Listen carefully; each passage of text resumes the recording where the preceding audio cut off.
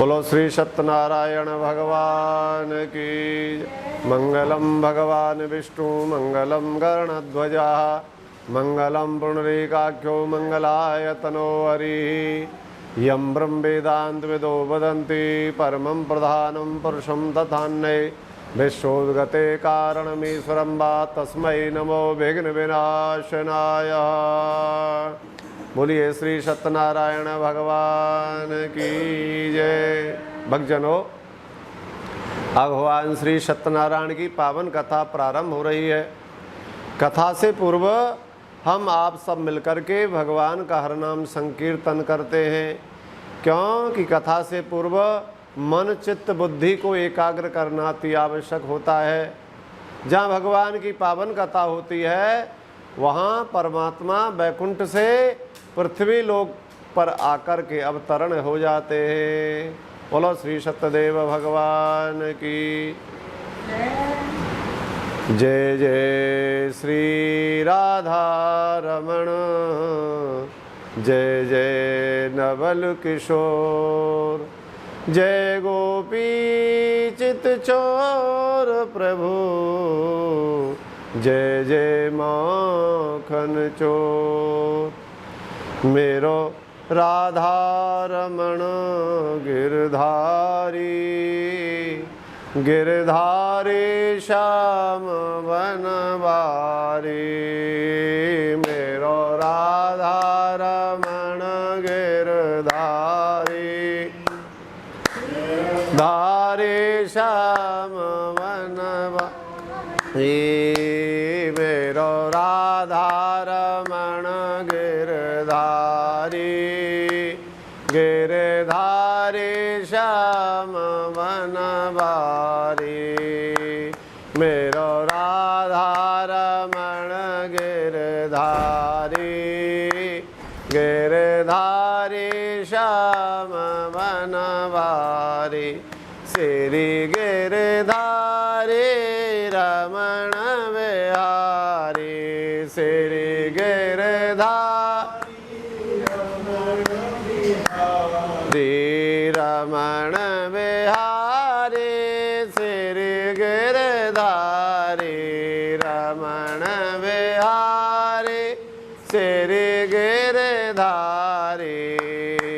मेरो राधा रमण गिरधारी, गिरधारी श्याम वनवारी।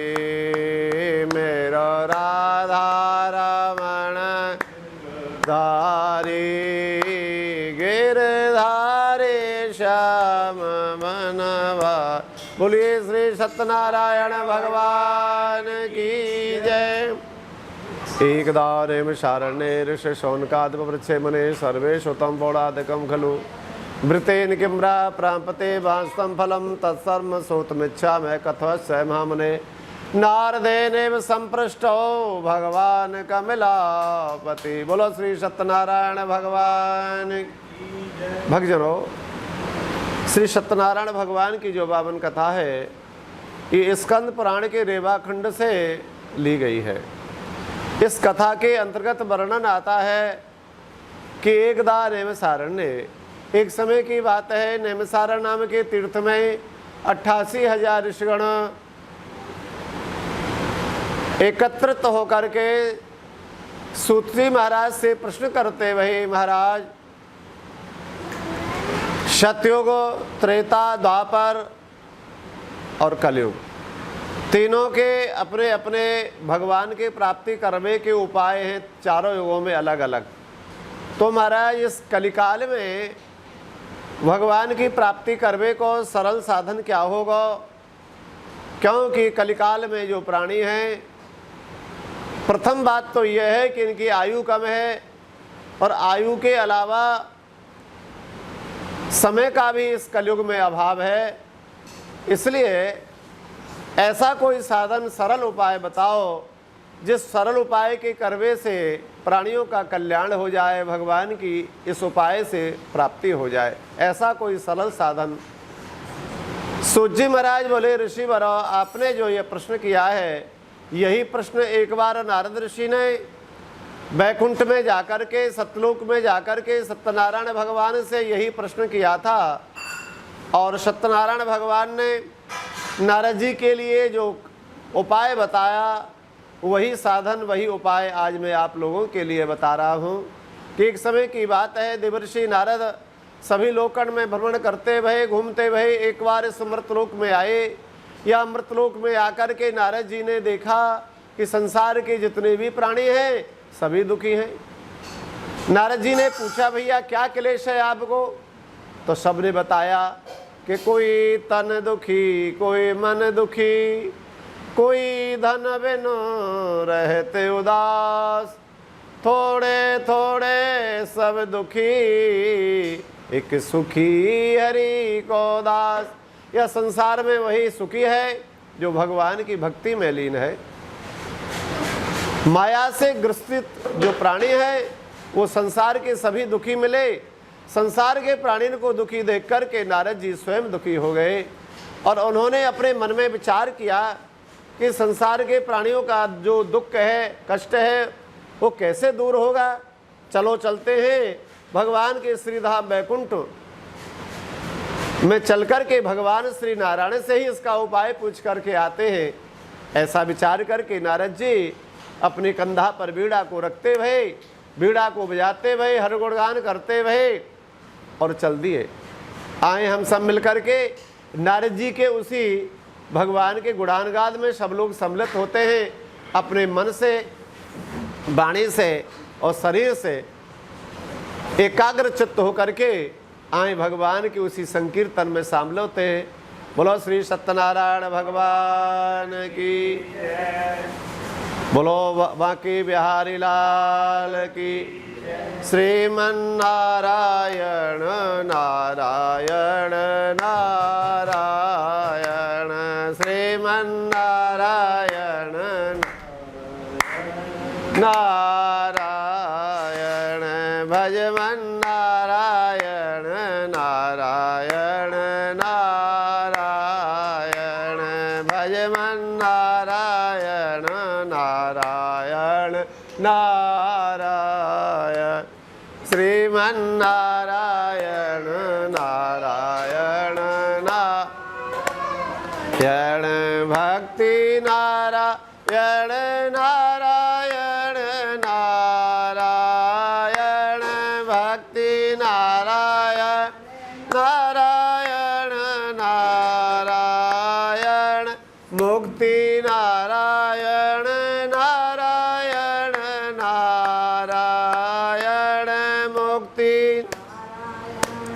नारायण नारायण, श्रीमन नारायण नारायण नारायण, भजमन नारायण नारायण नारायण, लक्ष्मी नारायण नारायण नारायण, लक्ष्मी नारायण नारायण नारायण, सत्य नारायण नारायण नारायण, सत्य नारायण नारायण नारायण, भजमन नारायण नारायण नारायण, श्रीमन नारायण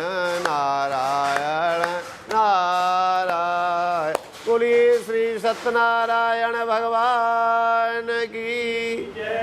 भगवान श्री सत्यनारायण का हर नाम संकीर्तन करते हुए वैकुंठ में जब नारद जी पहुँचे तो भगवान को दर्शन किया। भगवान को कैसा स्वरूप है और मन को प्रार्थना करी कि सत्यव्रतम सत्य परम त्रिसत्यम, सत्तस्य योनिम निहतञ्च सत्ये, सत्तस्य सत्र मृत सत्य नेत्रम, सत्यात्मकम त्वाम शरणम प्रपन्ना। बोले सत्य स्वरूप भगवान की।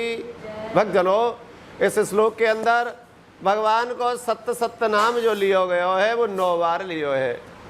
क्यों? इसमें भी बड़ा रहस्य है। क्योंकि 9 का अंक ही पूर्ण है और कोई अंक पूर्ण नहीं है। इसलिए भगवान ही पूर्ण है और संसार में कोई पूर्ण नहीं है। संसार सब अपूर्ण है, इसमें पूर्ण की कोई व्यवस्था नहीं है, और भगवान पूर्ण है, इनमें अपूर्ण की व्यवस्था नहीं है। इसलिए पूर्ण ब्रह्म परमात्मा की स्तुति 9 बार सत्य सत्य नाम लेकर के की गई है। बोलो सत्यनारायण भगवान की जय।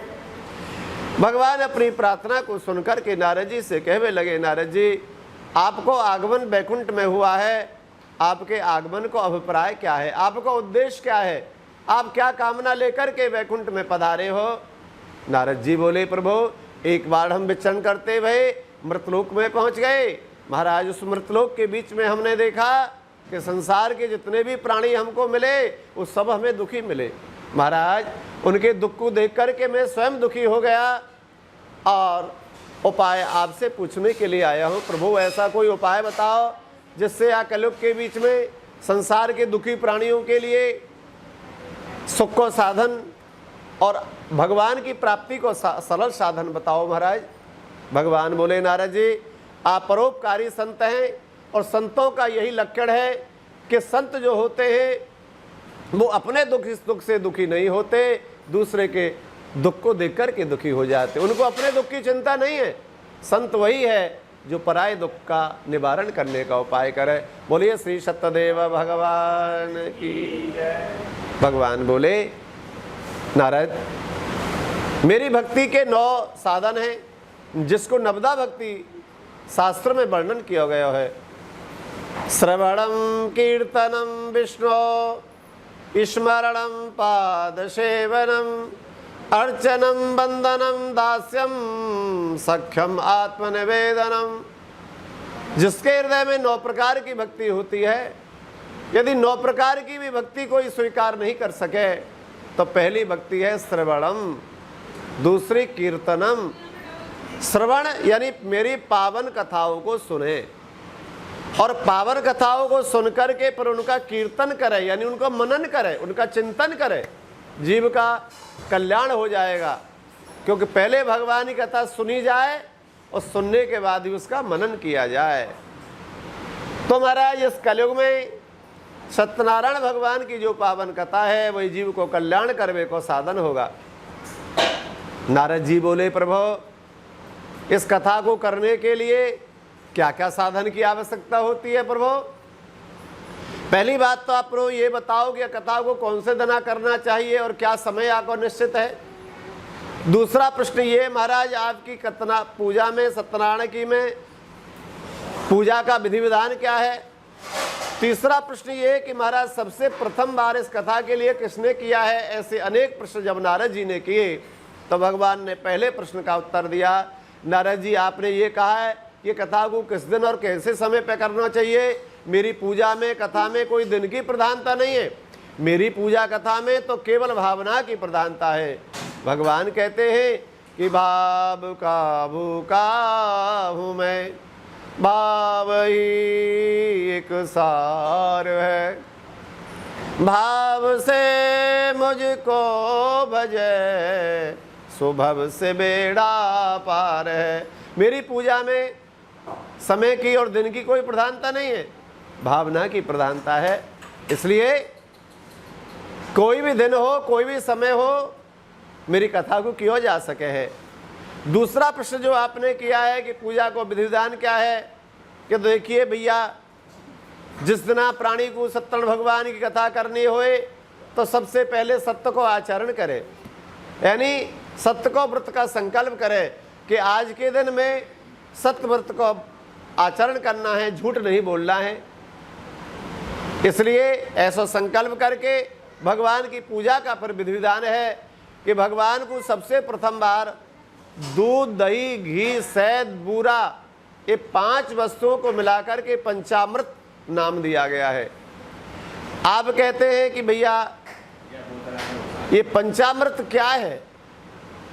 ये 5 वस्तुओं का मिला हुआ एक प्रकार से अमृत बन जाता है। इसको पान करने से जीव के जन्म जन्म के पाप क्षय हो जाते हैं। जब इस पंचामृत को पान किया जाता है तो भाई एक मंत्र बोला जाता है, दुख दौर्भाग्य नाशाय सर्व पाप खयाय च विष्णु पंचामृतम पीत्वा पुनर्जन्म न विद्यते। ये पंचामृत पान करने का मंत्र है। दुख दौर्भाग्य नाशा है, उस जीव के दुख, जितने भी दुख होते हैं सारे दुख, दुर्भाग्य यदि किसी प्रकार का उसका दुर्भाग्य भी है वो भी नष्ट हो जाता है। दुख दौर्भाग्य नाशा है सर्व पाप खयाय च, इसके पार करने से जीव के जन्म जन्म के पाप क्षय हो जाते हैं। दुख दौर्भाग्य नाशाय सर्व पाप खयाय च विष्णु पंचामृतम पीत्वा पुनर्जन्म न विद्यते, इसके पार करने से जीव का पुनर्जन्म भी मिट जाता है। इतना बड़ा लाभ होता है पंचामृत के पान करने से। भैया ये इसका नाम ही पंचामृत है। पंचामृत यानी अमृत, 5 प्रकार की बच्चों से मिला हुआ अमृत, ये अमृत के समान है। तो भगवान को इस पंचामृत से अभिषेक करावे, जाके बाद में भगवान को मिठाई फल भोग अर्पण करे और भगवान को पके पके केला कदली फल का भोग लगाए। देखो भक्तजनों, फल तो संसार में अनेक हैं, लेकिन हमारे सत्यनारायण भगवान केला के फल से ही क्यों प्रसन्न होते हैं? इस फल में ऐसी क्या विशेषता है? कभी कभी हम कथा में अपने भक्तों से पूछ लेते हैं, भैया भगवान को केला का फल ही क्यों प्रिय है? कोई कहते हैं महाराज ये मधुर होता है। मैं बोला भैया मधुर तो आम का फल भी बहुत मधुर होता है, इससे भी ज़्यादा मीठा होता है। तो लेकिन इसकी विशेषता क्या है? तो कदली फल का भोग की विशेषता ये है कि इस कदली फल के अंदर कोई गुठली नहीं होती है। इस यही फल एक ऐसा है, आम में भी गुठली है, चीकू में भी गुठली है, अमरूद में भी बीज निकलता है, लेकिन इससे इसका मतलब तात्पर्य अर्थ ये है, इसका आध्यात्मिक अर्थ ये है कि भगवान किसी के स्वरूप को नहीं देखते, भगवान भक्त के हृदय को देखते हैं। कि भगवान के भक्त के हृदय में कोई गुठली का तात्पर्य अर्थ होता है कपट। जिस भक्त के हृदय में यदि कपट भरा है तो भगवान ऐसे भक्त को कभी स्वीकार नहीं करते। लेकिन ये कदली का जो फल है इसमें कोई कपट रूपी गुठली नहीं है, इसलिए भगवान इस कदली फल को स्वीकार करते हैं। बोलिए श्री सत्यनारायण भगवान की जय। आपने देखा होगा माँ भगवती पर श्रीफल यानी कच्चा गोला चढ़ाया जाता है। उसकी क्या विशेषता है? उसकी विशेषता यह है कि देखने में वो ऊपर से सौंदर्यता उसमें नहीं होती है, लेकिन जब उस नारियल को तोड़कर देखा जाता है तो उसमें से नीचे जो निकलता है वो कितना सुंदर योग खाने योग जो है गोला निकलता है, उसमें जल भरा रहता है। इसका मतलब तात्पर्य अर्थ क्या है कि माँ भगवती किसी का रूप स्वरूप नहीं देखती कि ये सुंदर है या कुरूप है, वो उस भक्त का हृदय देखती है। इसलिए माँ भगवती का जो चढ़ाने का जो फल है वो श्रीफल है, कच्चा नारियल भगवती पर तोड़ के चढ़ाया जाता है। इसलिए भक्त का हृदय कैसा होना चाहिए? जैसे नारियल के अंदर गोला निकलता, इतना सुंदर मधुर। बोलिए भक्तवत्सल भगवान की। तो भगवती पर चढ़ाने वाला जो फल है वो श्रीफल है और श्री नारायण पर चढ़ाने वाला फल है वो कदली का फल है। ये दोनों की अलग अलग विशेषता है। तो भगवान सत्यनारायण कथा में कदली फल भगवान को अर्पण करे, मिठाई फल भोग अर्पण करे और पंजीरी को प्रसाद को 1.25 खट्टो करके भोग लगाया जाए। 1.25 किलो, 2.25, 3.25, 4.25, 5.25 जितनी भक्त की श्रद्धा है भावना के अनुसार 1.25 इकट्ठो करके भोग लगावे। इसके बाद में भगवान की पावन कथा को श्रवण करें। पावन कथा को श्रवण करवे के उपरांत में भगवान की आरती, फिर भगवान की पुष्पांजलि, पुष्पांजलि के बाद में भगवान से क्षमा प्रार्थना और खरमा प्रार्थना करके सबके लिए, फिर उसके बाद में जो लोग कथा सुनने के लिए बाहर से यदि श्रोता आए हैं तो भगवान का प्रसाद लेते हुए और भगवान का संकीर्तन करते हुए घर के लिए जाएं। और जिनके घर के स्वयं के घर में जिनके यहाँ कथा हुई है वो संध्या के समय पर भगवान का संकीर्तन अवश्य करें। 1 घड़ी आधी में पुण्य आए। जितना संभव है सके 1 घंटा कीर्तन करो। 1 घंटा दी तुम्हारे पास समय नहीं है घर गृहस्थ में भैया, आधा घंटा करो। आधा घंटे का भी यदि आपके पास में समय नहीं है तो 15 मिनट का संकीर्तन तो आपको जागरण के रूप में उत्सव मना करके सत्यनारायण भगवान की जिस दिन कथा होनी है की है उस दिन आपको अवश्य करना चाहिए। ये कथा का विधि बताया है। बोलो श्री सत्यनारायण भगवान की। स्कंद पुराणे रेवा खंडे सत्यनारायण कथायाम प्रथम अध्याय हरे नमः। बोलो श्री सत्यदेव भगवान की। बोलो बाके बिहारी लाल की जय। अत द्वितीयोत्सव है। दूसरे अध्याय में भगवान के तीसरे प्रश्न को भगवान ने तीसरे प्रश्न का उत्तर दिया। तीसरा प्रश्न था नारद जी का। भगवान सबसे पहले यह कथा का प्रारंभ कहाँ से हुआ, तो इस दूसरे अध्याय में तीसरे प्रश्न का उत्तर है। बोले भगवान की कथा को सबसे पहले आपने श्रवण किया हुआ काशीपुर नाम की एक नगरी थी। उस काशीपुरी नाम की नगरी में एक सतान नाम के ब्राह्मण रहते थे। सताना नाम के ब्राह्मण कहते हैं जीव ये माया को पाकर के भगवान को भूल जाता है, कि माया का यही काम है, माया तू ठगनी में जानी। ये जीव को अपनी तरफ आकर्षण करती है और भगवान से विमुख करती है। ये माया, यही माया का कार्य है। इसलिए इस माया के बंधन में आकर के भगवान को भूल गए ब्राह्मण। भगवान ने उस ब्राह्मण को ज्ञान देने के लिए भगवान ने उस ब्राह्मण का धन ले लिया। अब तो वो ब्राह्मण निर्धन होकर के घर घर घूमे, भिक्षा मांगे, पेट की पूर्ति करने लगे। कहते हैं ये जीव के ऊपर जब कष्ट आता है जब ये जीव भगवान को याद करता है, क्योंकि ये जीव बड़ा निष्ठुर है। ये निष्ठुर जीव भगवान को तब याद करता है जब उसके ऊपर कोई कष्ट आता है, कि दुख में सुमरन सब करे, सुख में करे न को। जो सुख में सुमरन करे, दुख का एक हो, दुख का एक हो। कष्ट आया जब भगवान को याद किया, और भगवान इतने दयालु हैं, कृपालु हैं कि जैसे ही भगवान को याद किया तो भगवान आवे में देर नहीं करे। भगवान कहते हैं कि जो तू चाले एक पग मैं चालू पग 60, तो चाले एक पग मैं चालू पग 60। जो कठोर तू काट सम मैं लोहे समलाट। बोलो सत्यदेव भगवान। भगवान ऐसे दयालु है, यदि कोई भक्त भगवान के मार्ग में एक पैर रखता है, एक पर आगे चलता है, तो भगवान 60 पग चल करके भक्त की तरफ आते हैं। कितने दयालु है भगवान। जैसे ही ब्राह्मण ने भगवान को स्मरण किया, भगवान ने व्रत ब्राह्मण का रूप बनाया और भगवान ब्राह्मण के सामने उपस्थित हो गए।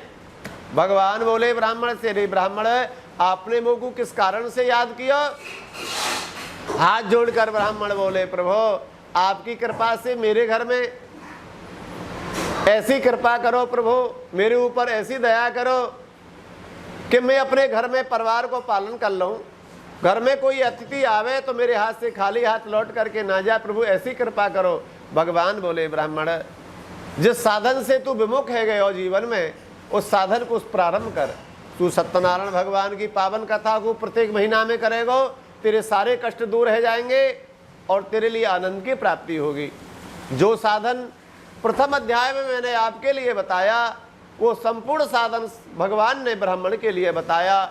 भगवान संपूर्ण कथा का साधन बता करके और अंतर ध्यान है गई। बोलो श्री सत्यदेव भगवान की। ब्राह्मण घर आए, घर आकर के बड़ी चिंता लगी। कैसे चिंता? अरे जो साधन भगवान ने बताया उस साधन के लिए धन की आवश्यकता होगी और वो धन का मेरे पास में अभाव है, तो ये कैसे कथा को कर पाऊंगा। जालिए बा ब्राह्मण को निद्रा नहीं आई। क्यों? कि चिंता तुराणाम सुखम न निद्रा। जहाँ प्राणी को चिंता लग जाए वह को निद्रा नहीं आती है, इसलिए रात्रि में नींद नहीं आई। प्रातः काल उठ करके और ब्राह्मण चल दिए और चल करके संकल्प कर लिया कि आज जो भिक्षा मेरे लिए धन की प्राप्ति होगी उस धन के द्वारा मैं भगवान सत्यनारायण भगवान की पावन कथा के लिए करूंगा। आज भगवान के संकल्प करते ही महाराज भगवान की ऐसी कृपा है गई। अब तो जिस घर में ब्राह्मण जाते हैं कुछ ना कुछ ऐसा सामग्री प्राप्त है भी लगी। कहीं से दूध की प्राप्ति भई तो कहीं दही मिलो, कहीं से घी मिलो तो कहीं से शहद मिलो तो कहीं से बूरो मिलो तो कहीं से धन मिलो कहीं से द्रव्य मिलो। कहते का तात्पर्य अर्थ यह है कि जो कथा के अंदर सामग्री की आवश्यकता होती है उस संपूर्ण सामग्री भिक्षा में ही प्राप्त है गई। आज ब्राह्मण के आनंद का कोई पारावार नहीं रहा, बड़े प्रसन्न हो गए ब्राह्मण, और प्रसन्न होकर के वो ब्राह्मण देवता सामग्री को लेकर के अपने घर पर आए। घर पर आकर के उस ब्राह्मण देवता ने दूसरे ब्राह्मण के लिए बुलाया, क्योंकि ब्राह्मण को भी अपना काम स्वयं नहीं करना चाहिए, किसी दूसरे ब्राह्मण को ही अवश्य बुलाना चाहिए।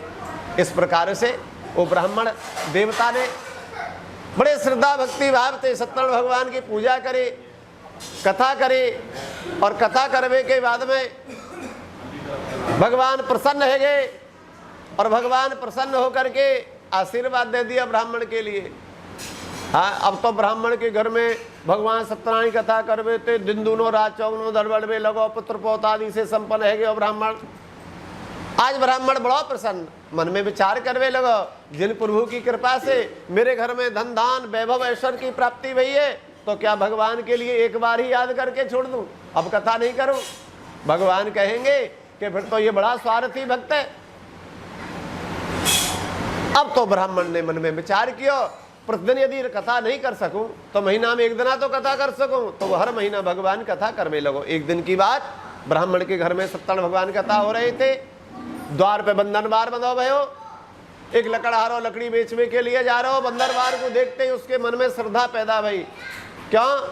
कि जिसके घर में नया बंदर बार बना हो तो बिना बताए उसको मालूम हो जाएगा कि इसके घर में कोई धार्मिक अनुष्ठान यज्ञ पूजा पाठ हवन कथा हो रही है। लकड़ी का भार द्वार पर रखकर ब्राह्मण के घर में प्रवेश किया तो क्या देखा कि ब्राह्मण के घर में बड़े श्रद्धा भक्ति भाव से सत्यनारायण भगवान की कथा हो रही है। बड़े प्रेम से बैठ करके उस लकड़हारे ने सत्यनारायण भगवान की कथा को किया, बड़ी कथा सुनी, बड़े श्रद्धा से कथा सुनने के उपरांत में भगवान का प्रसाद पाया, और प्रसादी को बड़ा स्वादिष्ट और मधुर लगो। आपने देखा होगा जिस दिन भगवान सत्यनारायण को जो प्रसाद बनता है वो कितना स्वादिष्ट और मधुर लगता है, और श्रद्धा भगवान की कथा सुनने से श्रद्धा पैदा है गई। लकड़हारे ने ब्राह्मण से पूछा, ब्राह्मण देवता आपने जो पूजा कथा के लिए किया है या तो क्या पुण्य फल की प्राप्ति होती है? और महाराज आज आदमी के घर वैभव को देख करके मुझे ऐसा लग रहा है कि ये धन वैभव आपको कहाँ से प्राप्त है गया, क्योंकि मैंने आपके लिए देखा था कि आप प्रतिदिन भिक्षा मांगने के लिए नगर में जाया करते थे, और मैं लकड़ी काट के लकड़ी बेचने के लिए जाता था। तो महाराज मैंने आपकी उस स्थिति के लिए देखा, लेकिन आज आपके वैभव को देख करके लगता है ये धन वैभव आप कहाँ से ले आए? ब्राह्मण बोले, अरे भैया लकड़हारे, ये सत्यनारायण भगवान की मेरे ऊपर विशेष कृपा भई है, क्योंकि मैं प्रत्येक महीना में उन्हीं की कथा पूजा के लिए करता हूँ। लकड़हारा बोलो, अरे भैया ब्राह्मण देवता, यदि भगवान सत्यनारायण की कथा में ऐसी विशेषता है, ऐसे फल देवे वाले हैं भगवान, तो अवश्य ही मैं भगवान सत्यनारायण की कथा को करूंगा। कृपा करके उनका विधि विधान आप मेरे लिए बताओ। आज ब्राह्मण देवता ने जो कथा का विधि विधान होता है उस संपूर्ण विधि विधान लकड़हारे के प्रति वर्णन कर दिया। लकड़हारा प्रसन्न होकर के विधि विधान को पूछ करके ब्राह्मण के घर से निकला, और लकड़ी का भार द्वार पर, लकड़ी का भार था वो अपने सिर पर रखा, और सिर पर रखकर उसको बेचने के लिए चल दिए। उसी समय उन्होंने संकल्प कर लिया, हे श्री सत्यनारायण भगवान, आज लकड़ी के बेच में से जो धन उन्हें लिए मेरे प्राप्ति होगी, उस धन के द्वारा ही मैं सत्यनारायण भगवान की व्रत कथा के लिए अवश्य करूंगा। भगवान का नाम ही सत्य संकल्प है। संकल्प मात्र से भगवान प्रसन्न हो गए, और बबूल की लकड़ियां जो काट के लायो लकड़हारो, आज भगवान ने अपनी योग माया से वो बबूल की लकड़ियां के लिए चंदन की लकड़ियां बना दिया। वो मलियागर चंदन हो गया। उस मलियागर चंदन की लकड़ी को लेकर के जैसे ही साहूकाल के पास में लकड़हारो पहुंचो तो साहूकाल ने वाके लिए दूनो धन प्रदान कर दिया। दूने धन को पाते ही आज लकड़हारे की हृदय की भावना बदल गई। हे प्रभु, हे श्री सत्यदेव भगवान, आपके अंदर कितनी बड़ी सामर्थ्य है। मैंने आपकी कथा को अभी किया नहीं है, मात्र आपकी कथा का संकल्प ही किया है, और आपने धन मुझे संकल्प मात्र से ही प्रदान करा दिया। और भगवान में श्रद्धा बढ़ी। उस धन के द्वारा उस लकड़हारे ने सत्यनारायण भगवान की कथा की सामग्री को एकत्रित किया। एकत्र करके घर पे आयो। घर पे आकर के ब्राह्मण को बुलाकर के बड़े श्रद्धा भक्ति भाव से वह लकड़हारे ने श्री सत्यनारायण भगवान की पावन कथा को किया। या कथा की करबे थे लकड़हारे के घर में सत्य भगवान की कृपा थे धन धान की प्राप्ति है वे लगो पुत्र पौत आदि से संपन्न है गयो लकड़हारो। लकड़हारे ने विचार किया जिन ब्राह्मण की मनोकामना भगवान ने पूरी करी वो भी हर महीना भगवान की सत्यनारायण की कथा को करते हैं, तो क्यों ना मैं भी सत्यनारायण भगवान की कथा को हर महीना करूं। तो वो लकड़हारो हर महीने भगवान की सत्यनारायण भगवान की करता जीवन भर उन्होंने सत्यनारायण भगवान की कथा को हर महीना में किया। और अंत में यह कथा के करवे थे वह लकड़हारे के लिए अंत में वैकुंठ लोक की प्राप्ति भई। बोलो श्री सत्यनारायण भगवान की। स्कंद पुराणे रेवा खंडे सत्यनारायण कथायम द्वितीय अध्याय। हरे नमः। बोल वृंदावन बिहारी लाल की। बोला सत्यदेव भगवान। इतनी कथा कह करके सूत जी महाराज बोले भैया सत्यनारायण भगवान कथा को तो कथा हो चुकी है, आगे मैं आपको क्या कथा सुनाऊं। सोनक आदि ऋषि मते सोनक जी महाराज बोले प्रभु आपकी कथा सुनकर के हमारे हृदय में बड़ी प्रसन्नता प्राप्त भई है, अब कथा में बड़ो हमें आनंद की प्राप्ति भई है। कृपा करके महाराज हमारे लिए इससे भी आगे की कथा सुनाओ, क्योंकि हमारी बड़ी इस कथा में बड़ी श्रद्धा पैदा होती जा रही है। महाराज आगे भी तो किसी ने कथा करी होगी। सूत जी महाराज बोले ऋषियों मैं आपको कथा तो सुनाऊं, लेकिन सुनाने से पहले मेरी एक शर्त है। कोई भी वक्ता जब श्रोता के लिए कथा सुनाता है तो श्रोता को पहले सावधान करता है। सावधानी इसमें क्या है कि देखो भैया इस कथा के अंदर केवल शरीर से बैठना ही पर्याप्त नहीं है, शरीर के साथ में हमारा मन भी कथा के अंदर ही रहना चाहिए, तभी हमें कथा का पूर्ण फल प्राप्त होगा। हाथ जोड़कर ऋषि ने निवेदन किया प्रभु हमारा शरीर और मन आपकी कथा में उपस्थित है, कृपा करके आप हमें आगे कथा सुनाओ। तो सुनावे लगे, ध्यान से सुनो भैया। एक उलकामुक नाम को राजा भयो, वो राजा ने अपनी इंद्रियों को जीत रखो, हमेशा सत्य बोल व्यवहारो राजा। प्रदन मंदिर में जाकर के भगवान के दर्शन किया करे हो। जो ब्राह्मण मिलते थे मंदिर के अंदर सबको रोजाना दक्षिणा देकर के संतुष्ट करता था। इतने सुंदर स्वभाव वाला राजा, बाकी रानी भी उतनी ही सुंदर स्वभाव वाली पति परायणा थी। एक दिन की बात, वे दोनों राजा रानी भद्रशिला नदी के किनारे पर जाकर के श्री सत्यनारायण भगवान की पूजा कथा कर रहे थे। पूजा कथा के बीच में ही एक साहूकाल व्यापार से लौट करके अपने घर के लिए जा रहे हो, लेकिन राजा को नदी के किनारे पर सत्यनारायण भगवान की कथा करते भयो देखो तो समीप में जाकर के वो साहूकाल पूछने लगो राजन आप समुद्र के किनारे पर किस भावना से किस इच्छा से ये पूजा पाठ उत्सव कर रहे हो, कृपा करके आप इसका फल और इसकी विशेषता हमें बताओ। राजा बोले अरे भैया मैं श्री सत्यनारायण भगवान की कथा पूजा करता हूँ, क्योंकि ये सभी फलों को देने वाले हैं और मेरी विशेष रूप से जो ये पूजा है संतान प्राप्ति के लिए, क्योंकि मेरे कोई संतान नहीं है। संतान के प्रश्न को सुनकर के साहूकाल बोले अरे राजन यदि आपको संतान नहीं है तो संतान मुझे भी नहीं है।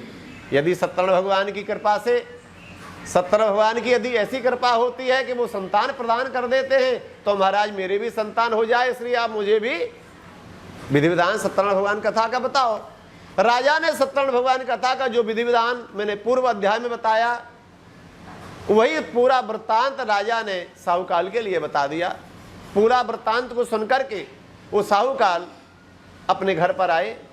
घर पर आते ही सबसे पहला प्रश्न उसने अपनी गृहिणी जिसका नाम था लीलावती से जाकर के सत्यनारायण भगवान कथा का विधि विधान बताया और ये भी बताया कि व्रत के करने से पूजा के करने से कथा के करने से संतान की प्राप्ति होती है। भैया गृहस्थियों का फल क्या होता है? गृहस्थियों का फल संतान होती है। यदि संतान नहीं है तो गृहस्थी बेकार है। लीलावती ने अपने पति से हाथ जोड़कर निवेदन किया स्वामी यदि सत्यनारायण भगवान कथा करते थे संतान प्राप्ति हो जाती है तो क्यों ना शीघ्रता से शीघ्र हमें यह व्रत करना चाहिए जिससे हमारे घर में शीघ्र से शीघ्र संतान की प्राप्ति हो जाए। लेकिन साहूकाल के हृदय में एक लोभ का अंकुर पैदा हो गया। देखो भैया इस जीव के अंदर 6 दोष होते हैं, काम क्रोध लोभ मोह मद और मत्सर। तो लोभ का तीसरा स्थान है। लोभ के कारण साहूकाल बोले देवी हमने कथा को किया 1000-2000 रुपया खर्चा किए और संतान न भई तो धन बेकार जाएगा ना। इसलिए मैं संकल्प ये करता हूं कि भगवान हमें पहले संतान दें, बाकी बाद में भगवान कथा करें तो कैसा है। भगवान बड़े दयालु हैं। भगवान बोले चलो आज इस साहूकार ने मेरी कथा के लिए संकल्प तो किया, चलो मैं इसके लिए संतान दे दूंगा, बाकी बात तो जी मेरी कथा करेगा ही। ऐसा भगवान ने विचार किया, क्योंकि भगवान बड़े दयालु होते हैं। आशीर्वाद दे दिया। भगवान के आशीर्वाद से वह लीलावती को 9 महीने बाद भी कन्या को जन्म भयो। जब घर में कन्या को जन्म है गो तो लीलावती अपने स्वामी से बोली, अपने पति से बोली, महाराज आपने संकल्प किया था कि हमारे घर में यदि कोई संतान का जन्म होगा तो उसके बाद हम सत्यनारायण भगवान कथा करेंगे। कन्या का जन्म हुआ है, इसके नामकरण के समय पर हम भगवान सत्यनारायण कथा को कर देते हैं तो कैसा है। साहूकार ने अपनी पत्नी से कहा, देवी बात तो तुम कह रही हो ठीक है, लेकिन मैं ये सोच रहा था यदि बेटा हो जाता तो ये कथा के लिए हम करते, बेटी का जन्म हो गया है। बोले ऐसा है, करते हैं, जब बेटी का हम विवाह संस्कार करेंगे उस समय कथा के लिए कर देंगे। कथा के लिए पीछे के लिए टाल दिया। भक्तों, हमें कथा के मार्ग से सूत्र प्राप्त होता है। क्या प्राप्त होता है कि शुभम शीघ्रम कुर्यात्। कभी भी हमें जीवन में शुभ काम को पीछे के लिए टालना चाहिए, यही हमसे भूल हो जाती है। शुभ काम तो जितना जल्दी हो जाए, शरीर से जल्दी करे, वही श्रेष्ठ है। क्योंकि शास्त्र हमें यही आज्ञा करते हैं कि शुभ काम को कभी पीछे के लिए नहीं टालना चाहिए। शुभ काम के लिए उन्होंने पीछे के लिए टाल दिया। कन्या उनके घर में बड़ी लहवे लगी। कैसे बढ़ रही है, जैसे शुक्ल पक्ष में प्रतिपदा से लेकर चंद्रमा वृद्धि के लिए प्राप्त होता है। चंद्रमा की कला की समान बढ़ने के कारण साहूकार ने वह कन्या का नाम कलावती नाम रखा। धीरे धीरे धीरे धीरे कन्या बढ़वे लगी और पिता को चिंता बढ़वे लगी, क्योंकि जब कन्या विवाह के योग्य हो जाएगी तो धन की आवश्यकता होगी और घर में इतना धन नहीं है जिससे मैं कन्या का विवाह कर सकूं। ऐसा मन में विचार करके वो साहूकार परदेश में गया। परदेश में जाकर के धन पैदा करने लगो। बहुत समय के उपरांत में वो साहूकार वो धन को लेकर के वापस लौटा। और वापस लौटा तो क्या देखा, तो आज तो हमारी कन्या बहुत बड़ी है गई। और देखा कि तो सखीन के संग में विचरण कर रही है, विवाह के योग्य जाना। तुरंत ही अपने दूत के लिए भेज दिया, जाओ भैया हमारी कन्या को वर खोजने के लिए जाओ। तो साहूकार की आज्ञा पाकर के उनका जो दूत था, सेवक, कन्या के लिए वर खोजने के लिए पहुंचा। कहां? कांचनपुर नाम का नगर। ये कांचनपुर का नाम का नगर कौन सा नगर है? कलकत्ता नाम के नगर को ही कांचनपुर नाम का नगर जाना जाता है। वहां जाकर के पहुंच गया और कन्या की योग वर खोज करने लगा। एक दिन उसको एक वैश्य पुत्र सुंदर दिखाई दिया। कन्या के योग वर जानकर के वो दूत जो था उस वर को लेकर के साहूकार के घर आया और साहूकार से बोला, महाराज या पुत्र को ले आयो, देख कर क्या क्या करो। साहूकार ने देखा कि जैसी मेरी कन्या है जैसा ही वर है। ये व्यापार में भी चतुर है, दक्ष है। कन्या के योग वर जार करके वो साहूकार ने अपनी कन्या को विवाह उस पुत्र के साथ में किया। खूब धूमधाम से विवाह किया, खूब दहेज दिया। लेकिन साहूकार से विवाह के समय भी एक बड़ी भारी भूल हो गई।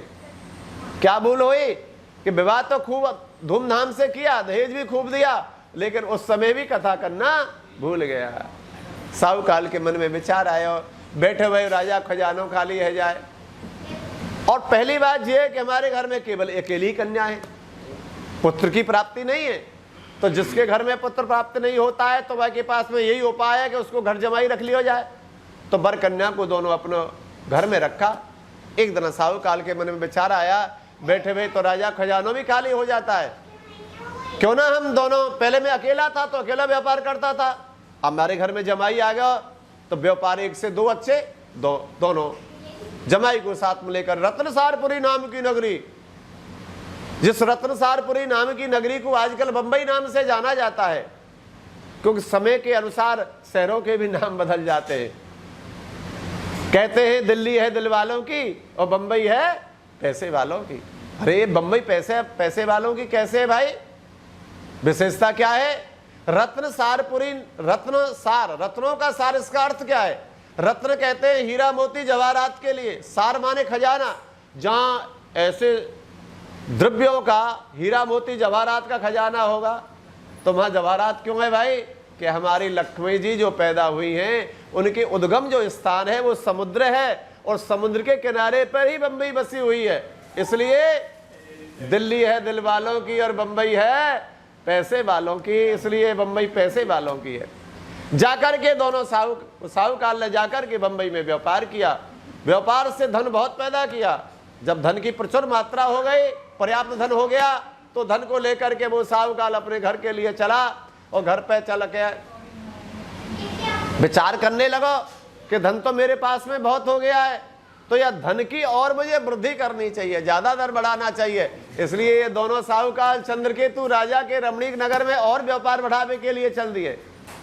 भगवान ने सोचा, अरे ये साहूकार केवल और केवल धन के चक्कर में पड़ा हुआ है और मुझे भूल गया। कहते हैं भगवान, इस जीव का सबसे बड़ी आपत्ति का समय कौन सा है? के हनुमंत बेपत प्रभु सोई, जब तब सुमरन भजन न होई।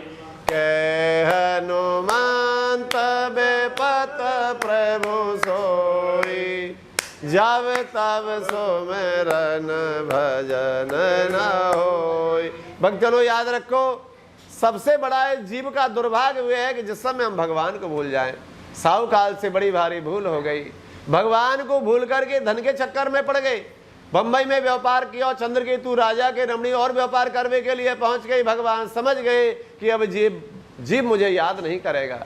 ये जीव भगवान को कब याद करता है? जब कष्ट आता है। इसलिए ऐसा विचार करके भगवान ने बस साहूकाल के लिए श्राप दे दियो। अरे साहूकाल, जाते लिए महा दारुण दुख और महा कठिन कट जाकर के तुझे प्राप्त हो जाए। जैसे ही भगवान का श्राप लगा, भगवान ने अपनी माया से, योग माया से चोर बनाए। वो माया के ऐसे चोर के चोरों ने राजा खजाने में जाकर के चोरी करी, राजा के खजाने से चोरी करके चल दिए। लेकिन सिपाही जो थे उनको दिखाई दे गए। क्यों? कि साहूकालन को जो कष्ट देना है, भगवान ने जो साहूकालन को कष्ट दिया, कैसे मिलेगा कष्ट उन्हें? सिपाहियों ने देखा, अरे भैया हमारे होते हुए चोरी है गई, कैसे है गई? प्रातःकाल राजा हमें पूछेगा कि हमने पहरा कैसा लगाया, तो स्वयं हमें ये दंडित करेगा, क्योंकि हमसे भूल हो गई। कैसे चोरी हो सकती है पहरा लगते हुए? यदि हमने राजा के लिए और प्रमाण नहीं दिया तो राजा हमें ही दंडित करेगा। इसलिए चोरों को पकड़ेंगे और राजा के सामने उपस्थित कर देंगे। चोरन ने उनका पीछा किया। चोरन ने जब पीछे मुड़ के देखा कि राजा के सिपाही हमें पकड़ने के लिए दौड़ते आ रहे हैं, अब चोर तो थर थर कांपने लगे, वैसे व्याकुल हो गए। अब क्या करें भाई? हमने किसी साधारण घर में तो चोरी की नहीं, हमने राजा खजाने में चोरी करी है। राजा हो सकता है प्राण दंड, फांसी की सजा दे। अरे जीवन रहेगा तो बहुत धन पैदा कर लेंगे, चोरी किसी दूसरी जगह जाकर कर लेंगे। और राजा ने फांसी पर चढ़ा दिया तो क्या लेंगे? जिस जीवन से ही हाथ धो बैठेंगे। इसलिए इस धन का त्याग कर देना चाहिए। इतने समय पर उन्होंने देखा कि जंगल में दो व्यक्ति बैठे हैं। वही कौन से? जिनको भगवान ने श्राप दिया है, शापित व्यक्ति। चोरी की सामग्री चोरन ने साहूकालन के समीप में रखकर स्वयं जो चोर थे वो तो जंगल में जाकर के अदृश्य हो गए, और चोर ना होते वही साहूकाल चोर बन गए। दौड़ते वही साहूकाल पहुंचे। दौड़ते वही सिपाही ने देखा कि जंगल में दो व्यक्ति बैठे, उनके समीप में गए तो क्या देखा कि जो राजा खजाने से जो धन चोरी हुआ है वो इनके समीप में रखा है। जाकर के पकड़े और कहने लगे, अरे चोरों, आप लोगों ने राजा खजाने में चोरी की और जंगल में आकर छिप गए हो। हाँ, साहूकाल ने अपनी सफाई देने लगे, भैया हम चोर नहीं है, हम तो जो है साहूकाल है, परदेश से धन पैदा किया है। सिपाही बोले, सुनो भैया एक बात बताएं, चोर कभी नहीं कहता है कि मैंने चोरी करी है। एक बात बताओ, पृथक के लिए प्रमाण की क्या आवश्यकता है? तुम्हारे पास चोरी की सामग्री रखी है। निरुत्तर हो गए साहूकाल, क्या जवाब देते इस चीज का? तुरंत चल दिए, पकड़ के ले गए राजा के सामने। बोले महाराज, चोर धन दोनों मिल गए। उन साहूकालों ने राजा से भी सफाई दी, लेकिन राजा ने जब ये प्रमाणित सुन लिया कि चोरी का धन इन्हीं के पास में रखा है, तो पृथक के लिए प्रमाण की क्या आवश्यकता है? राजा ने भी आज्ञा कर दी इनके लिए कठिन कारागार में डाल दिया जाए। राजा की आज्ञा को पालन भयो, दोनों साहूकाल इनके लिए कठिन कारागार में डाल दियो। अब इनकी कथा, घर की कथा सुनो। साहूकाल तो यहाँ राजा के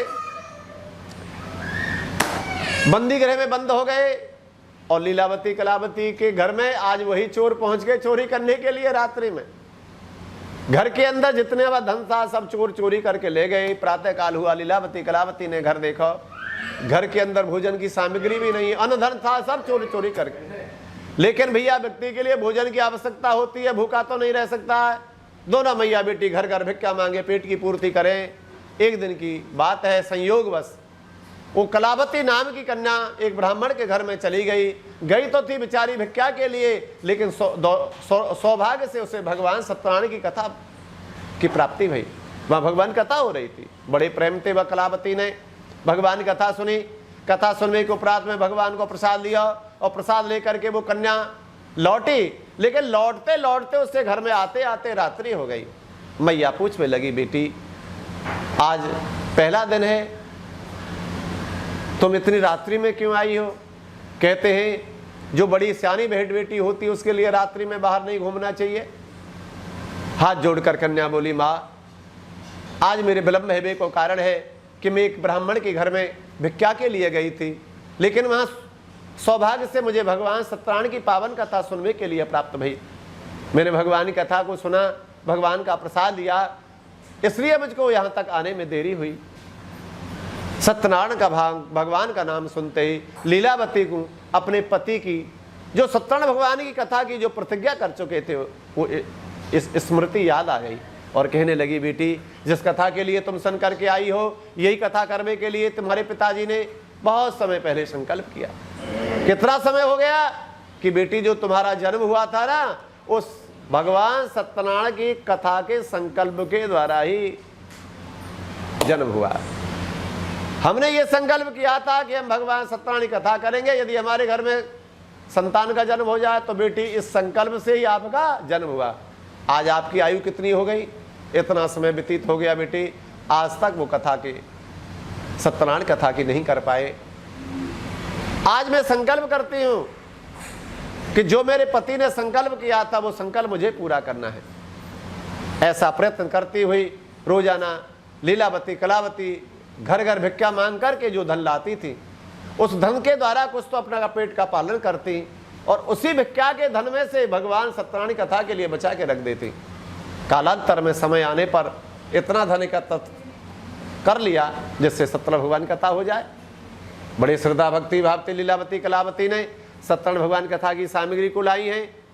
एक ब्राह्मण के लिए निमंत्रण दिया, ब्राह्मण के द्वारा, और लीलावती कलावती ने श्री सत्यनारायण भगवान की कथा के लिए पूर्ण किया। या कथा के पूर्ण करने से और लीलावती ने श्री सत्यनारायण भगवान से हाथ जोड़कर ये प्रार्थना की कि भगवान आपकी कथा व्रत करने का मेरे पति ने संकल्प किया था, वो पति ने वो संकल्प पूरा नहीं किया, लेकिन पति के द्वारा किया हुआ संकल्प मैंने आज अपने हाथ से पूरा कर दिया। ही सत्यनारायण भगवान आप हमसे प्रसन्न हो जाओ और मेरे लिए एक ही वरदान दो कि मेरे पति और जमाई परदेश में गए हुए हैं, उनकी खबर आज तक नहीं मिली।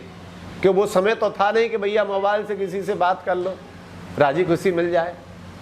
आज तक वो दुखी सुखी कैसे मुझे पता नहीं है। प्रभु मैं आपके चरणों में यही निवेदन करती हूँ कि मेरे पति का संकल्प जो था मैंने पूरा कर दिया, मेरे पति जमाई शीघ्रता से अपने घर में आ जाएं। मैं यही आपसे आशीर्वाद मांगती हूँ। भगवान ने विचार किया कि जिसने मेरा व्रत किया, पूजा किया और उसने मेरे लिए संकल्प भी मांग लिया, तो मुझे संकल्प पूरा करना है। लेकिन भगवान के लिए तो सब युक्ति है। भगवान ने सोचा उसका पति तो जेल में पड़ा हुआ, अब कैसे आएगा। आज भगवान ने रात्रि में उस राजा के लिए स्वप्न दे दिया। अरे राजा, बंदी गृह में बंदी बहु जो प्राणी है वो निर्दोष है, लेकिन दोष उसका ये क्या है कि मेरी सत्यनारायण भगवान की पूजा करने की, कथा करने की बार बार प्रतिज्ञा करता रहा और आज तक उसने कथा के लिए नहीं किया। इस दोष के कारण ही मैंने उसके लिए श्राप दिया। लेकिन आज उसकी गृहिणी है जो लीलावती है, उसकी बेटी है कलावती, दोनों ने मिलकर बड़ी श्रद्धा से मेरी पूजा की है। मैं उनकी पूजा से प्रसन्न हो गया हूँ। राजा, प्रातःकाल होते ही उन दोनों साहूकालन के लिए जेल से छुड़ा देना। यदि तुमने ऐसा नहीं किया तो राजा ध्यान रखना, मैं तुम्हारा राज पाट धन दौलत तुम्हारा सर्वथा नाश कर दूंगा। ऐसे भयानक स्वप्न को सुन करके राजा बड़ा भयभीत हुआ। रात्रि में उठा, चिंतन करने लगा। प्रातःकाल होते ही राजा ने अपने सभा के मध्य में मंत्रियों के लिए बुलाया और मंत्रियों को बुला करके जो रात में भगवान ने स्वप्न दिया है सबको लिए बताया और तुरंत आज्ञा करी, भैया जेल खाने में बंदी हुए जो प्राणी है वो चोर नहीं है, निर्दोष है, क्योंकि भगवान ने मुझे स्वप्न में बताया है, उनको छुड़ा करके लाओ। राजा की आज्ञा पाकर के मंत्रियों ने उन साहूकालन के लिए जेल खाने से छुड़ा करके उनको लाए। लेकिन देखा जेल खाने में पड़े हुए उनकी क्या स्थिति हो रही है, उनके बाल बढ़े हुए, वस्त्र गंदे हो रहे, स्नान तक नहीं किया है। सबसे पहले राजा ने उन दोनों साहूकालन का क्षौर कर्मादिम कर्म करवाया, स्नान करवाया, नए नए वस्त्र पहराए, सुंदर सुंदर भगवान से भोजन कराया और जितना धन राजा ने दिया दूना करके वापस कर दिया। और राजा बोले भैया साहूकाल अपने घर के लिए जाओ, इसमें दोष तो है आपका था, वो दोष पूरा हो गया, क्योंकि आपने जो संकल्प किया था वो संकल्प तुम कभी पूरा नहीं कर पाए, तुम्हारी पत्नी का ही नहीं वो संकल्प पूरा किया है। अब तुम अपने घर के लिए प्रस्थान करो। तो दूना धन देकर के साहूकाल के लिए विदा किया। साहूकाल बोले ठीक महाराज, आपकी दया से चले जाएंगे। स्कंद पुराणी रेवा खंडे सत्यनारायण कथा तृतीय अध्याय। बोलो श्री सत्यदेव भगवान की, बाकी बिहारी लाल की जय। भगवान ने विचार किया, अभी तक जो कथा की है इसकी पत्नी ने कथा की है, साहूकाल ने मेरी कथा नहीं करी, इसने तो जेल खाना पाया है, तो मेरी पूजा करवे में बार बार यही टालता रहा।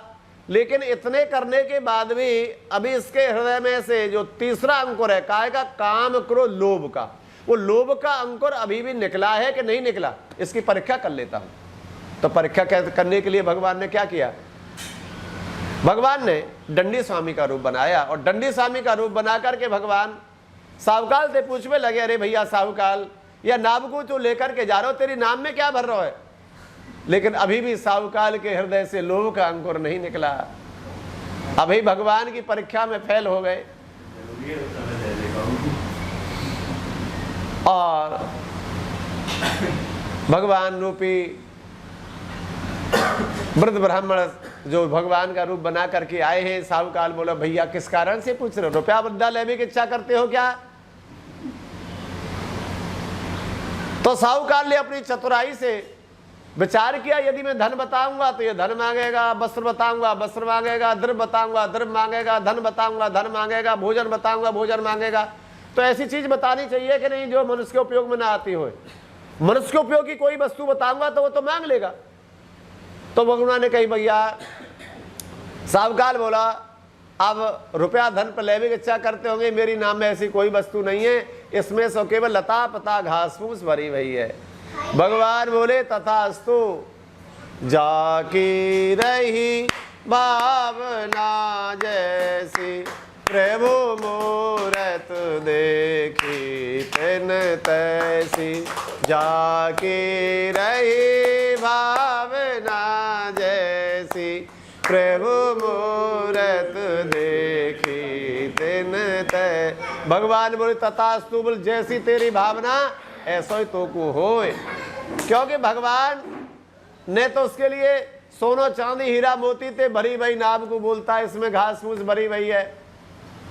भगवान ने कहा तथास्तु। भगवान तो तथास्तु कहकर के वहां से चले और समुद्र किनारे पर जाकर के बैठ गए। भक्तजनों, अभी तक आपने देखा था कि भगवान उपाय बता करके अंतर ध्यान हो गए। अब की बार भगवान अंतर ध्यान नहीं हुए, समुद्र किनारे पर जाकर के बैठे। क्यों? भगवान ने सोचा कि अब की बार हम अंतर ध्यान हो गए तो हमारे भक्त भी अंतर ध्यान हो जाएंगे। बोलो राधे राधे। ये भी संसार में रहने वाले नहीं है। तो भगवान के 1000 नामों में एक नाम है भक्तवत्सल। ये जीव चाहे कितना भी निष्ठुर क्यों ना हो, लेकिन भगवान फिर भी इस जीव पर अपनी कृपा रूपी वर्षा करते रहते हैं। भगवान इसीलिए समुद्र के किनारे पर बैठे रहे कि लौट करके भक्त मेरे पास में आने वाला। यदि मैं अंतर ध्यान हो गया तो ये भी संसार से अंतर ध्यान ही हो जाएगा। तो भगवान कितने दयालु कृपालु हैं, इसलिए भगवान समुद्र किनारे बैठे भाई। संध्यात क्रियाते निवृत्त है करके जब साहूकाल ने उस नाव के लिए देखा तो जिस नाम में सोना चांदी हीरा मोती जवाहरात भरे भये वो सब घास फूस के रूप में परिवर्तित हो गए। साहूकार ने देखा मेरा सोना चांदी हीरा मोती जवाहरात कहाँ चले गए, घास फूस हो गया, मूर्छा खा के बेहोश होकर पृथ्वी पर गिर पड़ा। लेकिन साथ में जो जमाई था उसने समझाया और कहने लगे महाराज अभी अभी थोड़ी देर पहले जो आए थे वे साक्षात भगवान थे और भगवान से आपने ये बोला कि हमारी नाम में घास फूस लता पता भरी हुई है, तो उसमें भगवान का दोष नहीं है। कहते हैं काल है, कर्म है, ईश्वर है, मिथ्या दोष लगा है। संसारी लोग भगवान को ही दोष लगा देते हैं भाई, और अपना दोष नहीं देखते, होता दोष अपना है। भगवान तो हमेशा निर्दोष रहते हैं, ये जीव ही हमेशा दोषी होता है, अपना दोष नहीं देखा। तो भाई अब क्या करें, बोले भगवान बड़े दयालु है, चलो भगवान को खोज लेते, भगवान मिल जाएंगे पीतांबरधारी। आज दोनों साहूकार ने नाव का त्याग कर दिया, क्योंकि नाव में तो घास फूस भरी भई है, इसकी क्या रखवाली करनी भाई, और भगवान खोजने के लिए चल दिए। और भगवान को ध्यान करते हुए यही गाते जा रहे थे, क्या आए हम सब वो लोग मिलकर के भगवान को उसी संकीर्तन में शामिलत होते हैं कि बांके बिहारी जय हो तुम्हारी, बांके बिहारी जय हो तुम्हारी, बांके बिहारी जय हो तुम्हारी, बांके बिहारी श्री बांके बिहारी जय हो तुम्हारी, श्री बांके बिहारी जय हो तुम्हारी, बांके बिहारी जय हो तुम्हारी, बांके बिहारी जय हो तुम्हारी, बांके बिहारी जय हो तुम्हारी, श्री बांके बिहारी जय हो तुम्हारी। बोलो बांके बिहारी लाल की, बोलो सत्यनारायण भगवान की। समुद्र के किनारे पर भगवान ने देखा साहूकार के वही पीतांबरधारी भगवान सत्यनारायण विराजमान है।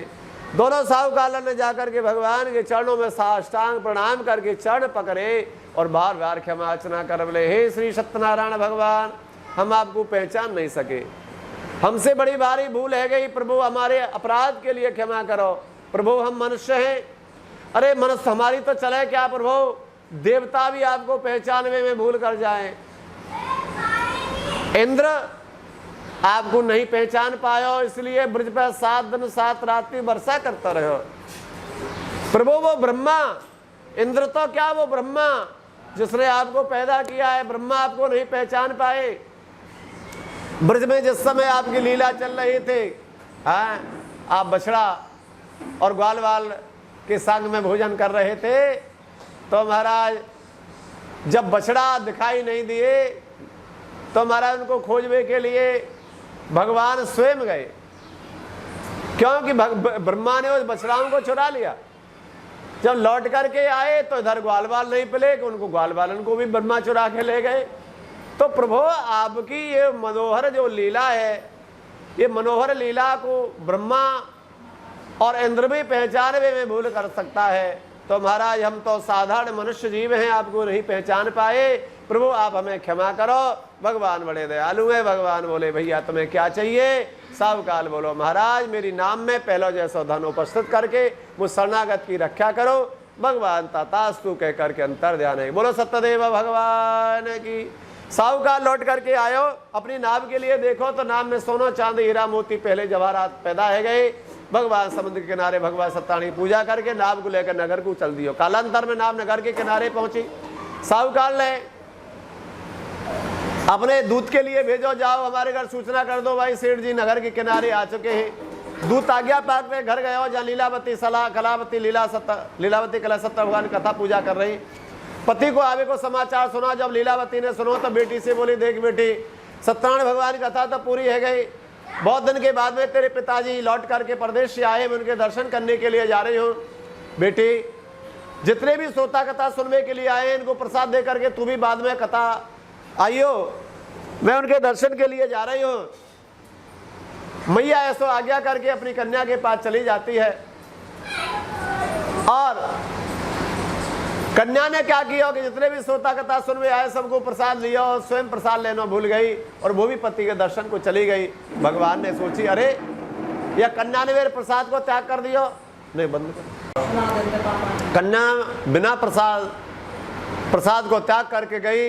भगवान अंतर्यामी है, समझ गए कन्या ने मेरा प्रसाद को त्याग कर दिया। भगवान ने विचार किया कि कन्या के लिए पहले स्टेज पे ज्ञान देना चाहिए, जीवन में कितनी बार प्रसाद को त्याग करेगी। कन्या को जो पति नाव में बैठा भयो वो नाव के सहित ही अलक्षित है गयो।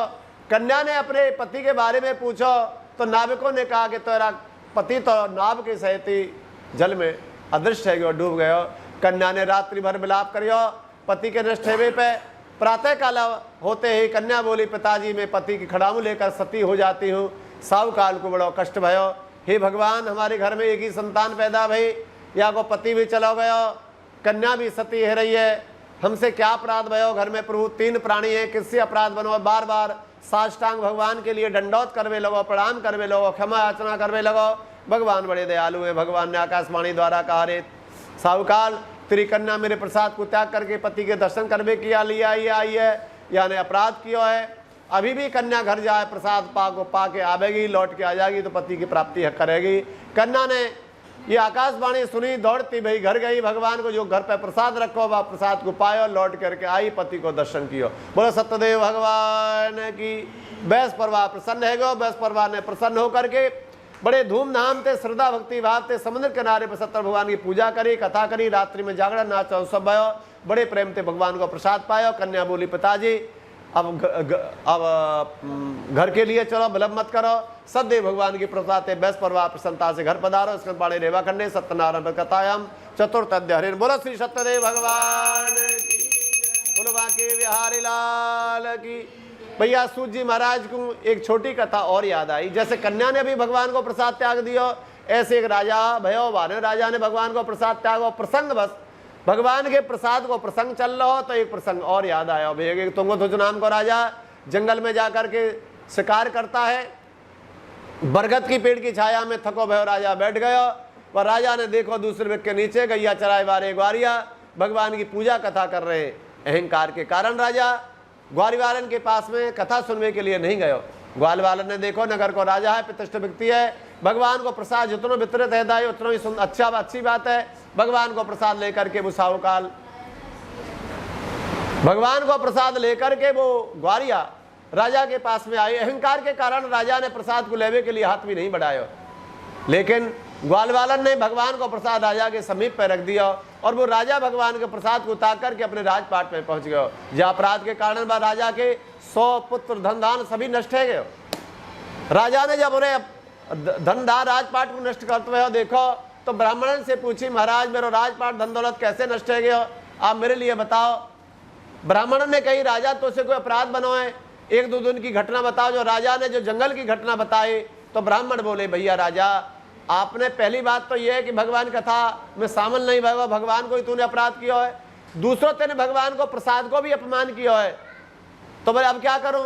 बोले वही ग्वालवालन के पास में जाओ, वही ग्वालवालन के द्वारा जब देवता को अपराध किया उनसे क्षमा याचना करो, उनकी पूजा करो। ऐसा मन में विचार करके वो राजा तुरंत ही उन ग्वालवालन के पास में गयो। ग्वालवालन से जाकर के निवेदन करो भैया जो आपकी कथा भय रही वहां में मैंने शामिल नहीं भयो, प्रसाद दियो वो भी नहीं पायो, यह अपराध कार्य में 100 धन दान सब नष्ट हो गए। कृपा करके जब देवता की तूने पूजा करी मेरे हाथ से करवाओ। तो स्वाई का राजा के द्वारा ग्वालवालन ने कथा की सामग्री मंगवाई। राजा के हाथ से भगवान सत्यनारायण की पूजा भई, कथा भई, रात्रि में जागरण नाच अनुष्ठव भयो। बड़े प्रेम से राजा ने भगवान को प्रसाद पायो। प्रसाद पा करके राजा राजपाट में आयो तो बाकी 100 पुत्र धन दान राजपाट सभी पहलो जैसे ही प्राप्त है गयो। बोलो श्री सत्यदेव भगवान की। बोलो बाकी बिहारी लाल की। अब कथा को सारांश सुन लो भैया, यह कथा को फल क्या मिले। पहले अध्याय में आपने कथा सुनी एक सतान नाम के ब्राह्मण की, जिन्हें अपने जीवन में सत्यनारायण भगवान की कथा करी, उनको फल क्या मिलो। बोल अंत में वही ब्राह्मण दूसरे जन्म में सुदामा नाम को ब्राह्मण भयो। जो सुदामा नाम के ब्राह्मण को सांदीपन गुरु के यहाँ भगवान साक्षात कृष्ण की प्राप्ति भई और अंत में सुदामा जी भगवान के गोलोक धाम को प्राप्त भये। बोला सत्यदेव भगवान की। दूसरे अध्याय में आपने कथा सुनी लकड़हारे की। वो दूसरे अध्याय में लकड़हारा जाने सत्ता भगवान कथा करी। वो दूसरे जन्म में निषाद श्रृंगबेर पुत्र को राजा भयो। भगवान जिस समय राम बन के लिए गए तो वो निषाद राज ने अपना राजपाट त्याग करे भगवान श्री राम की सेवा में जंगल में गयो और भगवान के लिए पर्णकुटी बनाई, साथी तैयार करी, चरण सेवा करी और वो भी भगवान के गोलोक धाम को प्राप्त हो गयो। तीसरी कथा आपने उल्कामुख नाम के राजा की सुनी। ये उल्कामुख नाम को राजा दशरथ नाम को राजा भयो। या दशरथ जी के यहाँ राम लक्ष्मण भक्त शत्रुघ्न पैदा भये और रंगनाथ को पूजन कर वो भी पैकट को प्राप्त भये। चौथी कथा तुंगध्वज नाम के राजा की भई। तुंगध्वज नाम को राजा मोरध्वज भयो। या मोरध्वज को अकेला पुत्र को भगवान ने बाकी परीक्षा करी। परीक्षा करके मोरध्वज या परीक्षा में सफल है गयो। अकेले पुत्र को आरी से काट भगवान श्री कृष्ण को दिया और अंत में वो भी मुक्ति के लिए प्राप्त भयो। 5वें अध्याय में अभी अभी आपने ग्वाल बालन कथा सुनी। यही ग्वाल बाल ब्रजभूमि मथुरा वृंदावन गोकुल के ग्वाल बाल बने जो वृंदावन मथुरावन में भगवान श्री कृष्ण को बाल्यावस्था में पायो, भगवान के साथ में माखन मिश्री खायो और भगवान के साथ में ग्वाल बालन ने गैया बछड़ान को चराए और अंत में सब गोलोक धाम को प्राप्त भये। स्कंद पाणे रेवा खंडे सत्यनारायण भक्तराम पचवध्य हरे नमः। बोला श्री सत्यदेव भगवान की जय। बोलो बाके बिहारी लाल श्री कृष्ण गोविंद हरे मुरारी हे नाथ नारायण वासुदेवा। श्री कृष्ण गोविंद हरे मुरारे हे नाथ नारायण वासुदेवा। त्वमेव माता च पिता त्वमेव त्वमेव बन्धु च सखा त्वमेव त्वमेव विद्या द्रविणं त्वमेव त्वमेव सर्वं मम देवा। श्री कृष्ण गोविंद हरे मुरारी हे नाथ नारायण वासुदेवा। बोलो वृंदावन बिहारी लाल की। बोला सत्यदेव भगवान की।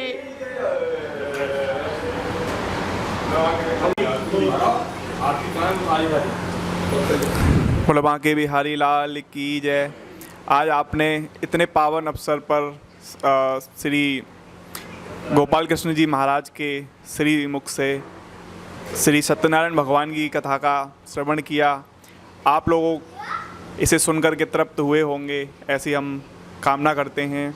आपका जीवन सुखमय हो, ऐसी हमारी आशाएं हैं। और अगर आप में से किसी को भी महाराज श्री के द्वारा इस तरीके से आयोजन करवाना हो तो आप हमारे नंबर पर संपर्क कर सकते हैं। महाराज श्री का निवास श्री वृंदावन धाम में है। महाराज श्री श्रीमद् भागवत कथा एवं श्री शिव पुराण के बहुत ही प्रकांड विद्वान हैं। ऐसा आप हमारे YouTube चैनल पे वीडियोस के माध्यम से देख भी सकते हैं। तो आज इस पावन अवसर पर आपने श्री सत्यनारायण भगवान की कथा को श्रवण किया है। इसी प्रकार से देखने के लिए आप हमारे चैनल को सब्सक्राइब करें और ज़्यादा से ज़्यादा लोगों को पहुँचाएँ, इसे शेयर करें। जय जय श्री राधे, जय जय श्री कृष्ण।